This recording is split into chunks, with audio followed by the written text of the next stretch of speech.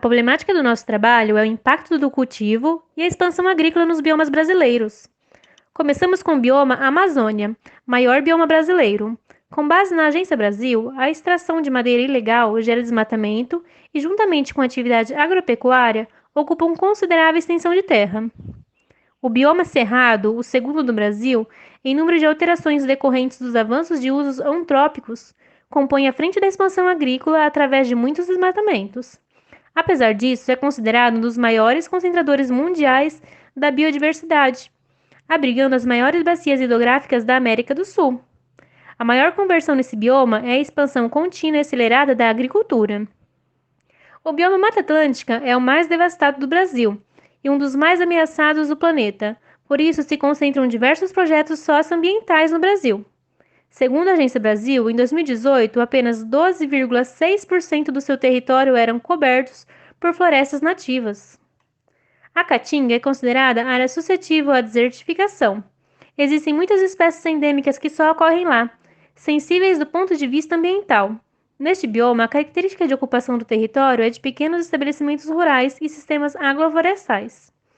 A área agrícola teve aumento de 74,9%, expandindo-se sobre as áreas naturais, sendo apenas 2,5% convertido em pastagem com manejo.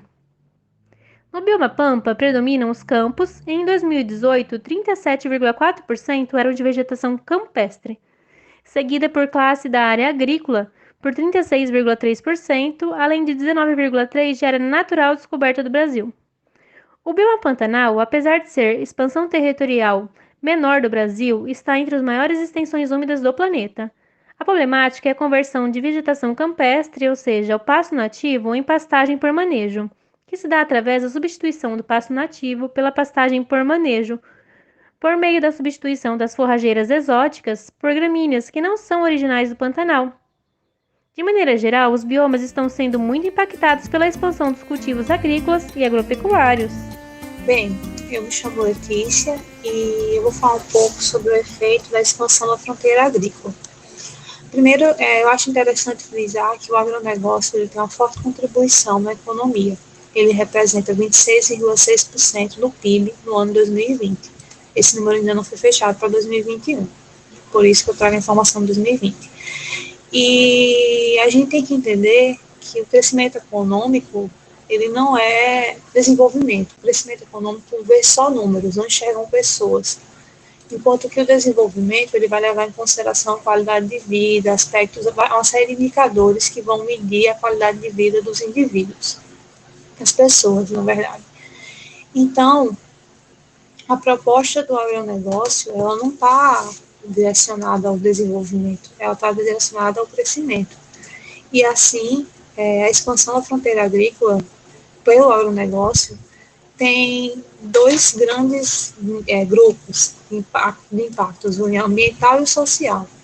Em relação ao impacto ambiental, a gente tem a relação de mudança da paisagem, a destruição dos ecossistemas, que acelera o processo de erosão do solo, causando até o processo de desertificação, a contaminação de cursos de água, a distribuição ou fragmentação de habitats naturais e da vegetação, e vale a pena destacar que os biomas mais impactados são a floresta amazônica e o cerrado. E também dizer que essa agricultura já alcançou vegetações nativas, como o caso da Mata Atlântica. Em relação a parte que se refere ao social, a gente tem que o processo de mecanização da agricultura ela exclui os pequenos agricultores. Esses vendem suas terras por não conseguir competitividade e migram para as cidades ou com postos de trabalho que estão cada vez mais escassos, levando em consideração que essa agricultura ela é cada vez mais mecanizada e que essas máquinas elas são mais eficientes e com um custo menor do que para produzir mão de obra humana. E com isso eu concluo a minha fala. Sobre agrotóxico. O Brasil possui 474 produtos registrados no mapa, dentre eles são fungicidas, herbicidas, inseticidas e nematicidas, utilizados em larga escala na produção de alimentos. Como é visto no primeiro mapa, onde a média anual de utilização fica no Mato Grosso com o uso de 12,23 a 16,69 quilos de agrotóxico por hectare na produção de alimentos. Na terceira e quarta imagem, o impacto do uso em casos de intoxicação, seja via alimentar ou de atividades ligadas à agricultura, onde Tocantins, Paraná, Santa Catarina e Espírito Santo possuem, conforme dados Anvisa, de 16,61 a 33,53% da população afetada. Dados do Programa de Queimadas do INPE mostram que os registros de focos de incêndio de janeiro a agosto de 2019 são os maiores já em 7 anos, se comparado com o mesmo período do ano passado. Houve um aumento de 82%, destas 52% estão na Amazônia. O Cerrado é responsável por 30,1%, seguido da Mata Atlântica com 10%. O calor do fogo das queimadas altera as características físicas e químicas do solo e elimina os micro-organismos responsáveis pela transformação e decomposição da matéria orgânica e pela ciclagem de nutrientes no solo, diminuindo a atividade biológica em até 90%. As queimadas provocam a redução da fertilidade pela perda de nutrientes por lixiviação e altera o pH do solo. Diminui a capacidade de infiltração de água no solo, provocando seu ressecamento, podendo levar à desertificação. A fumaça causa poluição na atmosfera, alterando a qualidade do ar, provocando danos à saúde das pessoas locais. Prejudica a visibilidade das rodovias, provocando acidentes, que é uma causa indireta. As práticas das queimadas aumentam a emissão de gases de efeito estufa, contribuindo ainda mais para a alteração climática. Além disso, a prática é considerada crime ambiental, podendo render uma multa de até 50 milhões. Atualmente, a área com soja equivale a 43% no bioma Pampa e 56% no bioma Mata Atlântica das áreas cultivadas no Rio Grande do Sul. Na situação da Mata Atlântica, houve um aumento da área plantada de soja pela substituição de outras culturas de verão, enquanto no bioma Pampa, a expansão se deu principalmente sobre o próprio campo nativo. É visível a tendência do plantio de soja nos biomas do Rio Grande do Sul, assim como em outras regiões do país. A expansão da soja segue a dinâmica do consumo e produção de carnes, cuja cadeia produtiva é a maior consumidora de farelo de soja. A obrigatoriedade da adição de biodiesel ao diesel também colocou a soja como a principal matéria-prima para sua produção. O crescimento do plantio de soja no Rio Grande do Sul segue, então, um aumento do preço da commodity no mercado internacional. Uma das causas da acelerada expansão agrícola, sobretudo da soja, é o contexto político e econômico das diferentes esferas de representação do poder do Estado brasileiro. Sabemos que o Estado moderno, ainda que permeável pelos interesses dos diferentes coletivos da sociedade, tem a função de deixar passar o fluxo do capital. Nessa lógica, legislativo e executivo, em maior ou menor grau, estão configurados para garantir um bom funcionamento do mercado. Na Câmara, a bancada ruralista, ou Frente Parlamentar da Agropecuária, é uma das maiores e mais atuantes bancadas da Câmara dos Deputados, formada por mais de 200 deputados federais. A Frente Parlamentar da Agropecuária defende políticas públicas de estímulo ao agronegócio. De modo geral, vai reivindicar a ampliação do financiamento rural, a flexibilização da legislação trabalhista, entre outras reivindicações. A configuração do governo federal determina o maior ou menor grau de permeabilidade das pressões que a bancada ruralista exerce sobre o executivo. De qualquer maneira, mesmo os governos mais progressistas, como os que tivemos dos governos do Partido dos Trabalhadores, irão responder às pressões desse setor. Um exemplo disso vai ser a aprovação do novo Código Florestal em 2012. Por influência da bancada ruralista, a nova legislação dá anistia a produtores que desmataram, reduz áreas de proteção permanente nas margens de rios, flexibiliza a ocupação das encostas para fins de produção agrícola e regras para o licenciamento ambiental, assim como outras medidas que facilitaram a expansão das fronteiras agrícolas no Brasil. No que se refere à história mais recente da política brasileira, governos mais comprometidos com os interesses de uma elite colonialista e com o avanço do agronegócio facilitam a consolidação das demandas dos ruralistas e retrocedem em avanços importantes alcançados desde a Constituição de 88, tais como na política de reforma agrária, titulação de terras quilombolas e demarcação de áreas indígenas e assim por diante.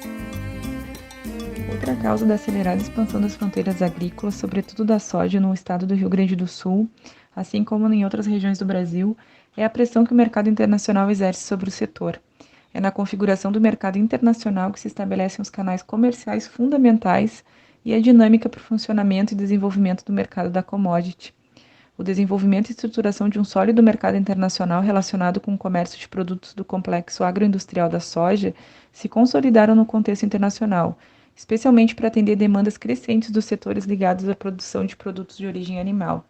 Inclui aí também a geração da oferta de tecnologias, que viabilizaram a expansão da exploração do setor para diversas regiões do mundo, incluindo o Brasil.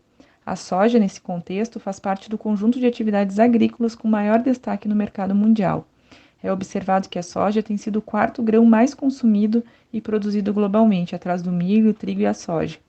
Somado à constituição do mercado em nível global, a produção e transferência de tecnologias, tais como de implementos e de insumos agrícolas, da cadeia dos agroquímicos, entre outras, exerce uma pressão por meio de diferentes canais, que incluem inclusive as instituições estatais, os órgãos financiadores, os institutos de pesquisa em ciência e tecnologia, organizações da extensão rural e assim por diante. Os pequenos agricultores também se veem presos nessa cadeia dos agroquímicos, que inclui a oferta e compra em mercados já consolidados, que não deixam uma grande margem de escolha para esses pequenos produtores. A fragmentação de espécie significa a diminuição de espécie por alteração de habitats original, onde ocorre a divisão entre manchas e se tornam isoladas uma das outras, mais ou menos. A expansão agrícola permite que essa fragmentação ocorra de uma maneira não tão natural, pelo motivo que as atividades movidas ao capitalismo degradam de forma desenfreada o meio ambiente. As características do bioma pampa brasileiro são de vegetação predominante de arbusto, gramíneas, leguminosas, mamífero, anfíbio, aves, fauna edáfica e insetos. O bioma pampa é um dos maiores com remoção da vegetação nativa em termos relativos. Quanto maior a perda do habitat natural, maior o comprometimento para a biodiversidade. Isso resulta em mais extinções locais de espécies, além de sérios prejuízos para os serviços ecossistema. Esse relato é da 8ª reunião de estudos ambientais ocorrida em Porto Alegre em 2018. Diante disso, tem alteração nas cadeias alimentares e ciclagem de nutrientes. Com isso, as taxas de supressão do bioma, principalmente dos campos nativos. Nas pesquisas, mostram a não alteração no sentido decrescente ou estabilização nos últimos anos.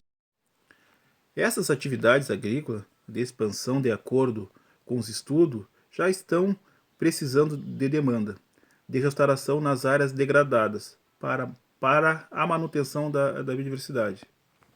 Por conta de 20% de campos conservados, mais ou menos no estado do Rio Grande do Sul, segundo pesquisa da Rosângela Gonçalves Rolim. Fragmentação de espécies. A magnitude das mudanças ecológicas tendem a ser inversamente proporcional ao tamanho do fragmento, ou seja, eles são mais intensos nos menores fragmentos. Em geral, fragmentos pequenos contêm não apenas uma menor riqueza de espécies como um todo, mas também, muitas vezes, uma menor densidade de espécies, que consiste no número de espécies por unidade de área, do que fragmentos maiores ou do que floresta contínua.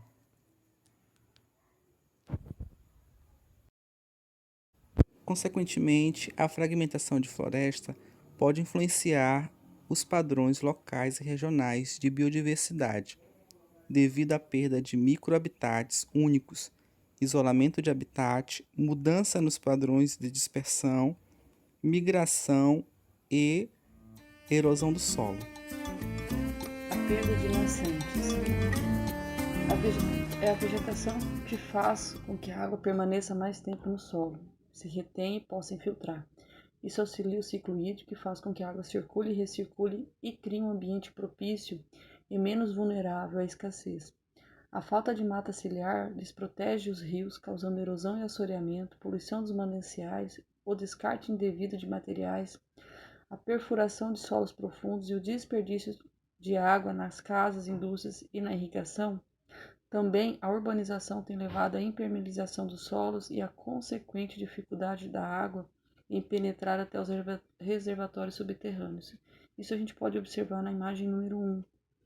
Em consequência, a desertificação diminui a produção agrícola das comunidades que praticam atividade de sequeiro, que utilizam a água na produção, como o caso do milho e feijão, que dependem crucialmente da água que vem do céu ou que está retida no solo.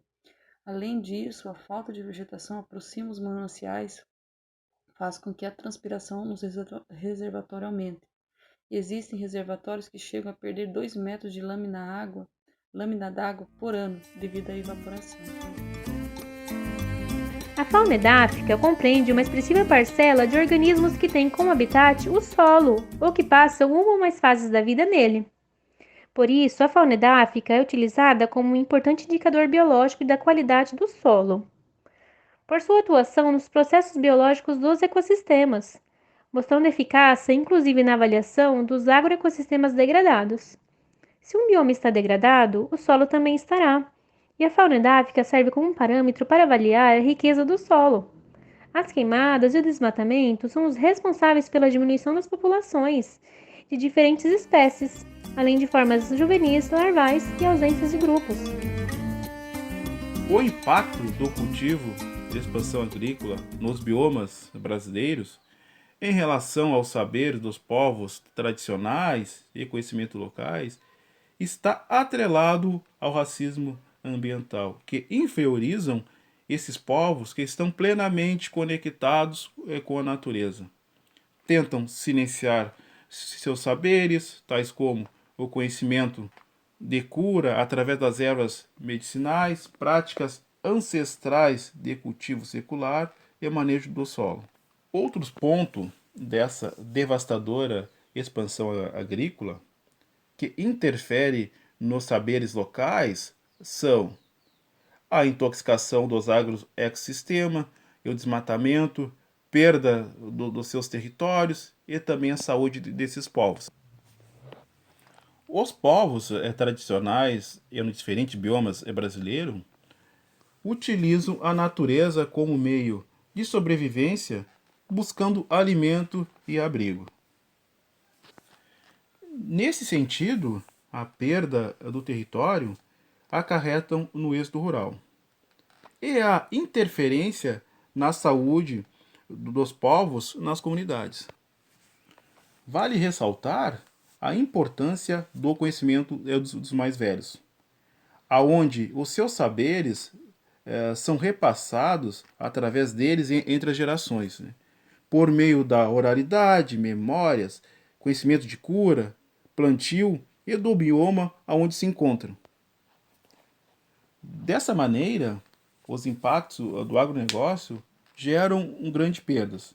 Dentre elas, esses conhecimentos e saberes ancestrais que ainda não estão catalogados. E a sociedade ainda pouco se sabe da importância desses saberes, que estão sendo apagados por decorrência dessa expansão agrícola. As relações ecológicas do solo se devem aos micro-organismos vivos. A partir de suas atividades, disponibiliza nutrientes para as plantas e animais e indiretamente afeta a água e ar. Como pode-se observar na imagem, o solo é a base da infraestrutura da vida, e com seu uso de forma inadequada e degradante, a base do solo tende a morrer, e com uma relação em cadeia de toda a vida na Terra, isso não acontece rapidamente, e com isso as atividades agrícolas, industriais e governamentais não agem de forma como deveria. A degradação do solo leva à perda de nutrientes, da sua biodiversidade e do carbono estocado, com emissão de gases de efeito estufa para a atmosfera. De acordo com dados da Organização das Nações Unidas para a Alimentação e Agricultura, FAO, a cada ano se perde mais de 20 bilhões de toneladas de solo no mundo devido à erosão, o que equivale a mais de 3 toneladas de solo por pessoa. Para manter a qualidade do solo é importante minimizar seu revolvimento pelo plantio direto ou preparo mínimo do solo, fazer rotação de cultura e aumentar a entrada de resíduos vegetais no sistema, principalmente pelo uso de plantas de cobertura em alta produção de matéria seca. Na imagem seguinte, pode-se observar que o país perdeu 8,34% de sua cobertura nativa em 2018. Perda da porosidade do solo. A introdução de sistemas agrícolas em substituição a florestas causa um desequilíbrio no ecossistema, em que a retirada da cobertura vegetal original e a implantação de culturas, aliadas às práticas de manejo inadequadas, promove o rompimento do equilíbrio entre o solo e o meio, modificando dessa forma suas propriedades químicas, físicas e biológicas, limitando sua utilização agrícola. A perda da porosidade do solo ocorre devido ao tráfego de máquinas, assim como por animais, tais como o gado, através do pisoteio. A compactação gerada pelas atividades agropecuárias pode causar modificações na retenção da água no solo, em decorrência de alterações sofridas na distribuição do diâmetro de poros, em especial os macroporos. Bem, eu me chamo Letícia e agora eu vou falar um pouco sobre os conflitos rurais. O que se tem basicamente, fazendo uma síntese desses conflitos, dado o tempo, são conflitos pela terra e conflitos em relação a condições de trabalho. Os conflitos pela terra são marcados pela grande quantidade de latifúndios improdutivos, enquanto há um grande número de agricultores que precisam de terra para tirar seu sustento. Então, nós temos movimentos como o MST, e que ele tem contribuído para fortalecer os agricultores e fazer com que esses busquem o acesso à terra. Em 2017, que foi a informação que eu tirei de um livro do Rio Grande do Sul, da Federal do Rio Grande do Sul, existiram 2 grandes casos que marcam a luta pela terra. E um foi acontecendo no Mato Grosso, com 10 mortes, e o outro aconteceu no Maranhão, com 13 feridos. O do Mato Grosso foi fruto de conflito entre assentados e fazendeiros, enquanto o do Maranhão foi a comunidade indígena e fazendeiros. Em relação aos conflitos trabalhistas, a gente vê que esses são responsáveis por melhoras na vida do agricultor, desde a questão da aposentadoria rural, o exemplo também que eu trago da fruticultura irrigada no Rio Grande do Norte, que frisa a questão de criação de alojamento, de refeitório, disponibilidade de transporte, que foram conquistas, dado o contexto que os agricultores viviam, foram conquistas muito significantes, que deram dignidade ao trabalho no campo.